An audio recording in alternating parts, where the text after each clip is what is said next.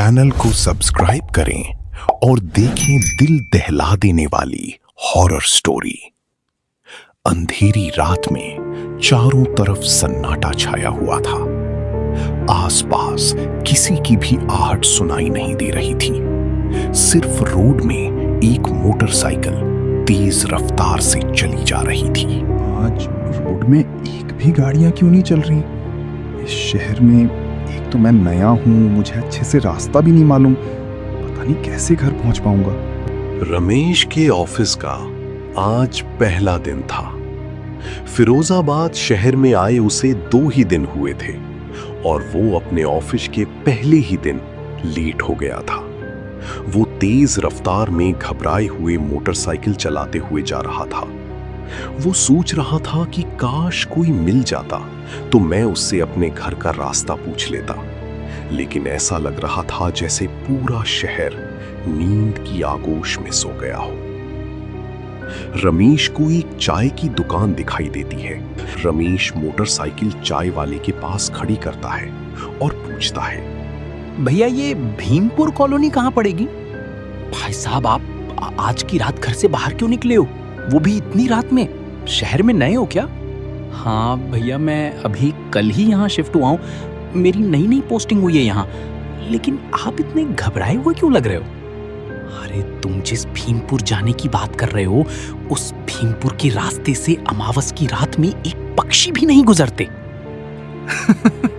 भैया मुझे ये सब ना बताइए, मैं आपकी इन झूठी बातों से डरने वाला नहीं हूँ। आप बस मुझे भीमपुर जाने का रास्ता बताइए। ठीक है, जब तुम्हें मेरी बात मजाक लग रही तो ये वाला रास्ता सीधे तुम्हें भीमपुर ले जाएगा। लेकिन इतना याद रखना कि रास्ते में अगर कोई सुंदर औरत लिफ्ट मांगे तो उसे नजरअंदाज कर देना। दोस्तों, हम बहुत मेहनत करके आपके लिए अच्छी अच्छी कहानी बनाते हैं, इसीलिए वीडियो को लाइक और चैनल मृत्यु लोक को सब्सक्राइब कर दीजिए। रमेश ने उनकी बात को नजरअंदाज किया और अपनी मोटरसाइकिल को तेज रफ्तार में चलते हुए भीमपुर की तरफ चल दिया। वो मस्ती में गाने गुनगुनाते हुए चलता जा रहा। वो लगभग 6 किलोमीटर आगे आ चुका था। तभी उसे एक लड़की दिखाई दी जो लिफ्ट मांगने के लिए रोड के किनारे खड़ी थी। वो लड़की काली साड़ी पहने हुए ऐसे लग रही थी जैसे स्वर्ग से उतरी हुई अप्सरा हो। उसे तिरछी आंखें, चेहरे पर हल्की मुस्कान उसे और ज्यादा आकर्षक बना रहा था। वो इतनी सुंदर थी कि कोई भी लड़का अपना दिल उसे दे बैठे। यही रमेश के साथ भी हुआ।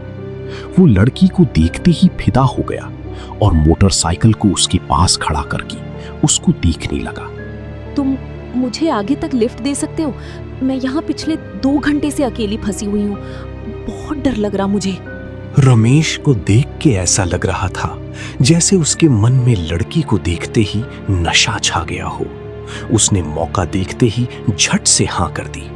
लड़की उसके साथ बाइक पर बैठ गई। रमेश ने तेज रफ्तार में बाइक चलानी शुरू कर दी। रमेश ने लड़की से पूछा, आपको कहाँ जाना है इतनी रात में? मुझे भीमपुर कॉलोनी में जाना है। अरे वहीं तो मैं भी रहता हूँ, मतलब मैं और आप आसपास ही रहते हैं। अब हमारी अक्सर मुलाकात होती रहेगी। रमेश मन ही मन ये सोच के खुश हो रहा था कि उसे जो लड़की पसंद आई वो उसके ही घर के आसपास रहती है। लेकिन तभी रमेश को ये एहसास हुआ कि वो रास्ता खत्म होने का नाम ही नहीं लग रहा था। और तभी उसे ये भी एहसास हुआ कि लड़की उसके पीछे बैठी तो जरूर है, लेकिन उसका एक भी भार मोटरसाइकिल पे नहीं लग रहा था। रमेश को थोड़ा थोड़ा शक होने लगा था। तभी उसने लड़की से पूछा, तुम्हारा नाम क्या है? लड़की ने कोई भी जवाब नहीं दिया। रमेश ने फिर पूछा, तुम्हारा नाम क्या है? मेरा नाम कात्यायनी है। रमेश उसकी आवाज सुन के डर गया और मोटरसाइकिल उसके कंट्रोल से बाहर हो गई और जाके पेड़ से टकरा गई। रमेश नीचे गिर गया। उसे गंभीर चोटें आई, लेकिन फिर भी वो उठा और उस लड़की को ढूंढने लगा। अरे वो लड़की कहाँ चली गई? लेकिन लड़की कहीं दिखाई नहीं दे रही थी। रमेश को समझ नहीं आ रहा था कि ये लड़की कहाँ चली गई। तभी उसे एक आवाज सुनाई दी, मुझे ढूंढ रहे क्या रमेश? ये आवाज रमेश के पीछे से आई थी।